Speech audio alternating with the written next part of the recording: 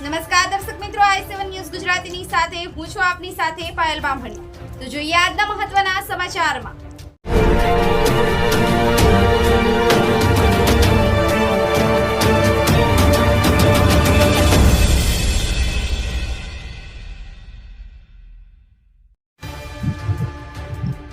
અખિલ ભારતીય રાષ્ટ્રીય શૈક્ષિક મહાસંઘ એચટાટ સંવર્ગ દ્વારા મુખ્યમંત્રીનો અભિવાદન સમારોહ યોજાયો। અખિલ ભારતીય રાષ્ટ્રીય શૈક્ષિક મહાસંઘ સંલગ્ન આચાર્ય એચટાટ સંવર્ગ દ્વારા માનનીય મુખ્યમંત્રી શ્રી ભૂપેન્દ્રભાઈ પટેલ, શિક્ષક મંત્રી શ્રી ડોક્ટર કુબેરભાઈ ડિંડોર, શિક્ષણ મંત્રી શ્રી રાજ્ય કક્ષા પ્રફુલભાઈ પાનસેરિયાનો અભિવાદન સમારોહ યોજાયો। 3500 થી વધુ એચટાટ આચાર્ય ઉપસ્થિત। ખૂબ સારી મહેનત શિક્ષકો દ્વારા થઈ રહી છે। ગુજરાતના છેવાડાના ગામની રાજ્યનું પ્રથમ ગામ બનાવવાનું કાર્ય શિક્ષકો દ્વારા થઈ રહ્યું છે। સંવેદના સાથે શિક્ષક કાર્ય કરતો હોય તો શિક્ષકને કોઈ તકલીફ ન પડે તે જોવાની જવાબદારી સરકારની છે। અખિલ ભારતીય રાષ્ટ્રીય શૈક્ષિક મહાસંઘ ઉત્પન્ન બાદ ભારત તથા સમરસ સમાજનો ઉદ્દેશ લઈને ચાલતું સંગઠન છે। શાળાનું ભાવવરણ બોલતું થાય તે આચાર્યની વિશેષ સામાજિક જવાબદારી છે।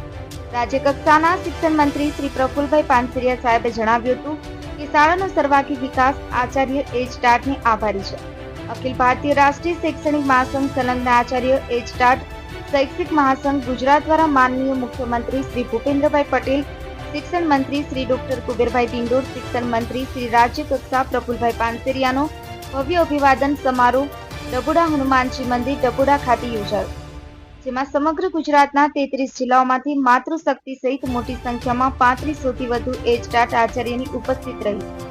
અખિલ ભારતીય રાષ્ટ્રીય શૈક્ષિક મહાસંઘના રાષ્ટ્રીય ઉપાધ્યક્ષ મોહનજી પુરોહિત, રાષ્ટ્રીય સચિવ પ્રાથમિક પ્રાંત અધ્યક્ષ શિખાભાઈ પટેલ, પ્રાંત મહામંત્રી મિતેશભાઈ ભટ્ટ, પ્રાંત સંગઠન મંત્રી સરદારસિંહ મચ્છાર, ગાંધીનગરના મેયર મીરાબેન પટેલ, પ્રાંત મહિલા ઉપાધ્યક્ષ પલ્લવીબેન પટેલ, આચાર્ય એચટાટ સંવર્ગ અધ્યક્ષના મહામંત્રી હરીશભાઈ રાજ્યગુરુની ઉપસ્થિતિ રહી। રાષ્ટ્રીય શૈક્ષિક મહાસંઘ ગુજરાતના અતિરિક્ત મહામંત્રી શ્રી પરેશભાઈ પટેલ તથા ટીમ ગાંધીનગર અને ટીમ એચટાટની સમગ્ર કારોબારીએ ખૂબ ઓછા સમયમાં કાર્યક્રમને સફળ બનાવવા ભગીરથ પ્રયત્ન કર્યો હતો। મંદિર પરિસરમાં કાર્યક્રમ કરવા દેવા બદલ રાષ્ટ્રીય શૈક્ષિક મહાસંઘ ગુજરાત દ્વારા મંદિરના ટ્રસ્ટીઓનો આભાર વ્યક્ત કર્યો હતો। Bureau news Alpesh Bariya, i7 news Gujarati, Ramesh સત્યની સાથે।